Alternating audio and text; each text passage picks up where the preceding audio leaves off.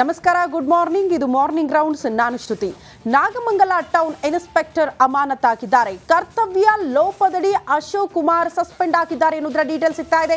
ಗಣೇಶ ವಿಸರ್ಜನೆಯ ವೇಳೆ ಕಲ್ಲು ತೂರಾಟ, ದೊಡ್ಡ ಮಟ್ಟದ ಗಲಭೆಯಾಗಿತ್ತು. ಆ ಗಲಾಟೆ ನಿಯಂತ್ರಣ ಮಾಡುವಲ್ಲಿ ವಿಫಲರಾಗಿದ್ದಾರೆ. ನಿರ್ಲಕ್ಷ್ಯಕ್ಕೆ ತಲೆದಂಡವಾಗಿದೆ ಎನ್ನುವುದರ ಡೀಟೇಲ್ ಸಿಗ್ತಾ ಇದೆ.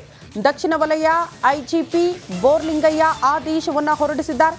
ನಿನ್ನೆ ರಾತ್ರಿಯೇ ಅಶೋಕ್ ಕುಮಾರ್ ಅಮಾನತು ಮಾಡಿ ಆದೇಶವನ್ನು ನೀಡಲಾಗಿದೆ. ಪ್ರಮುಖವಾಗಿ ನಾಗಮಂಗಲ ಸೂಕ್ಷ್ಮ ಪ್ರದೇಶ ಅಂತ ಹೇಳಲಾಗುತ್ತೆ. ಈ ಹಿಂದೆಯೂ ಕೂಡ ಅದೇ ದರ್ಗಾ ಬಳಿ ಈ ರೀತಿ ಗಲಭೆ ಆಗಿತ್ತು.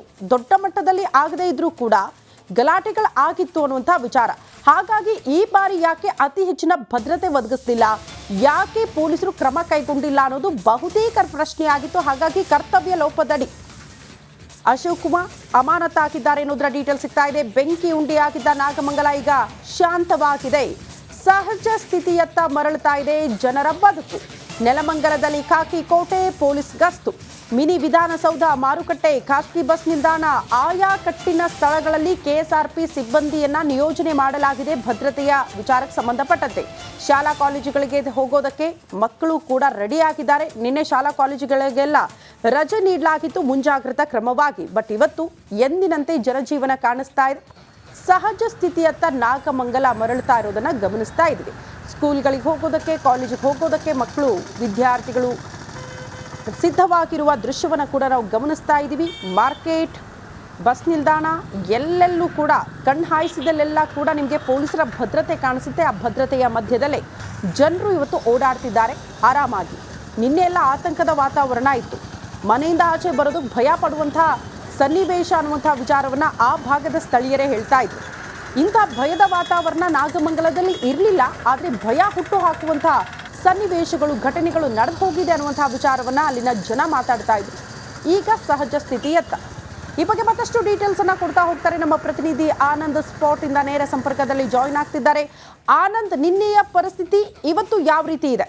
ಎರಡೂ ಕಂಪೇರ್ ಮಾಡಿ ಹೇಳೋದಾದ್ರೆ ನಿನ್ನೆ ಇದ್ದಂಥ ಆತಂಕ ದೂರ ಆಗಿದೆಯಾ ಜನರ ಮನಸ್ಸಿನಿಂದ?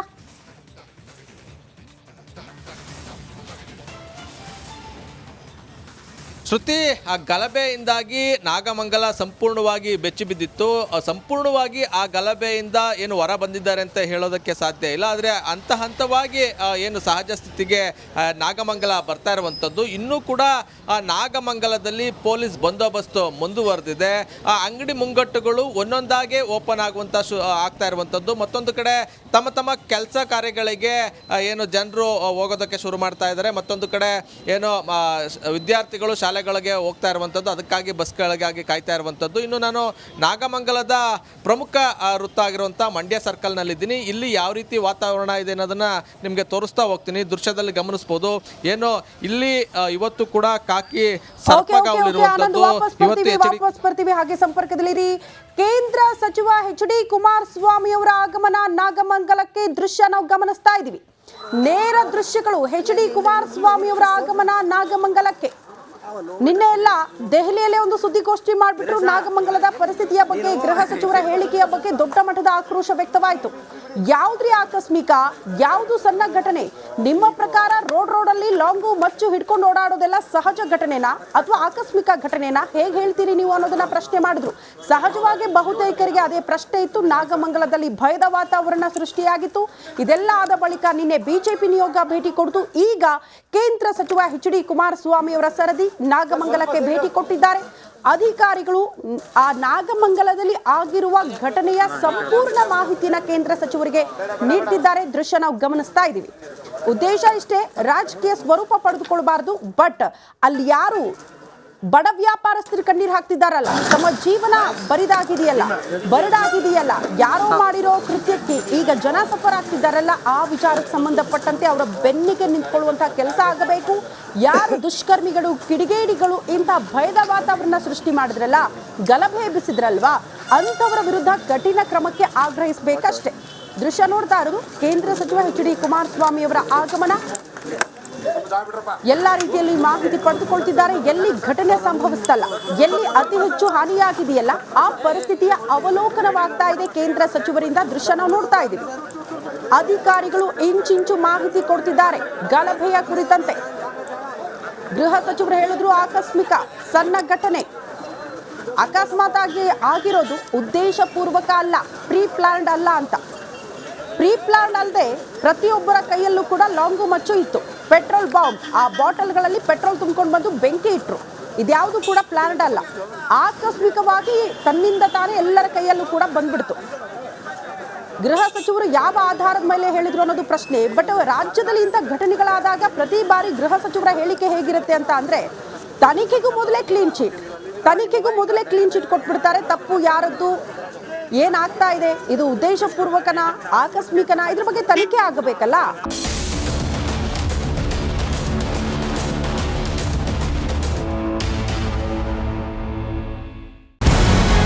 ನಮಸ್ಕಾರ, ಕರ್ನಾಟಕ ಪ್ರೈಮ್ ಟೈಮ್ಗೆ ಸ್ವಾಗತ.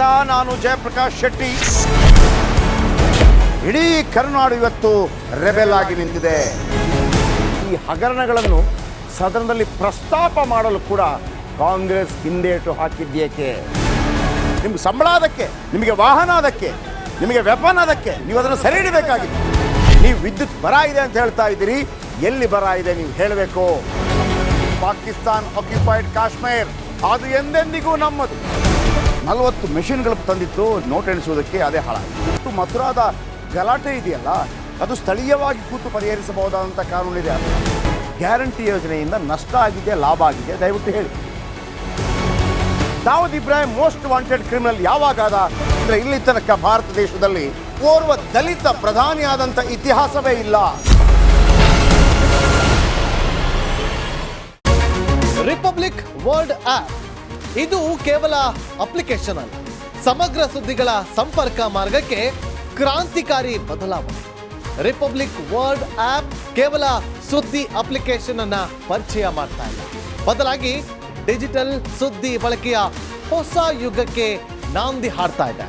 ಇದೊಂದು ಬ್ರೇಕಿಂಗ್ ನ್ಯೂಸ್, ಪ್ರಭಾವಶಾಲಿ ಕಾರ್ಯಕ್ರಮಗಳಿಗೆ ಗಟ್ಟಿಯಾದ ವೇದಿಕೆ. ರಿಪಬ್ಲಿಕ್ ವರ್ಲ್ಡ್ ಅಪ್ಲಿಕೇಶನ್ ಈಗ ಲೈವ್ ಆಗಿದೆ. ಗೂಗಲ್ ಪ್ಲೇ ಸ್ಟೋರ್ ಮತ್ತು ಆಪಲ್ ಆಪ್ ಸ್ಟೋರ್ ಎರಡರಲ್ಲೂ ಲಭ್ಯವಿದೆ. ಈಗಲೇ ಡೌನ್ಲೋಡ್ ಮಾಡಿ. ನಮಸ್ಕಾರ, ಕರ್ನಾಟಕ ಪ್ರೈಮ್ ಟೈಮ್ಗೆ ಸ್ವಾಗತ. ನಾನು ಜಯಪ್ರಕಾಶ್ ಶೆಟ್ಟಿ. ಇಡೀ ಕರುನಾಡು ಇವತ್ತು ರೆಬೆಲ್ ಆಗಿ ನಿಂತಿದೆ. ಈ ಹಗರಣಗಳನ್ನು ಸದನದಲ್ಲಿ ಪ್ರಸ್ತಾಪ ಮಾಡಲು ಕೂಡ ಕಾಂಗ್ರೆಸ್ ಹಿಂದೇಟು ಹಾಕಿದ್ದೇಕೆ?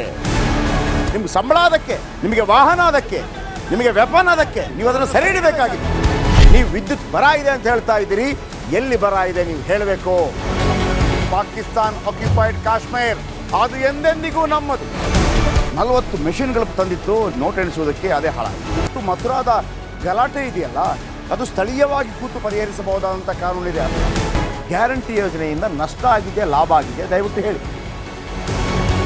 Dawood Ibrahim most wanted criminal ಯಾವಾಗಾದ ಅಂದರೆ, ಇಲ್ಲಿ ತನಕ ಭಾರತ ದೇಶದಲ್ಲಿ ಓರ್ವ ದಲಿತ ಪ್ರಧಾನಿಯಾದಂಥ ಇತಿಹಾಸವೇ ಇಲ್ಲ. ರಿಪಬ್ಲಿಕ್ ವರ್ಲ್ಡ್ ಆಪ್ ಇದು ಕೇವಲ ಅಪ್ಲಿಕೇಶನ್ ಅಲ್ಲ, ಸಮಗ್ರ ಸುದ್ದಿಗಳ ಸಂಪರ್ಕ ಮಾರ್ಗಕ್ಕೆ ಕ್ರಾಂತಿಕಾರಿ ಬದಲಾವಣೆ.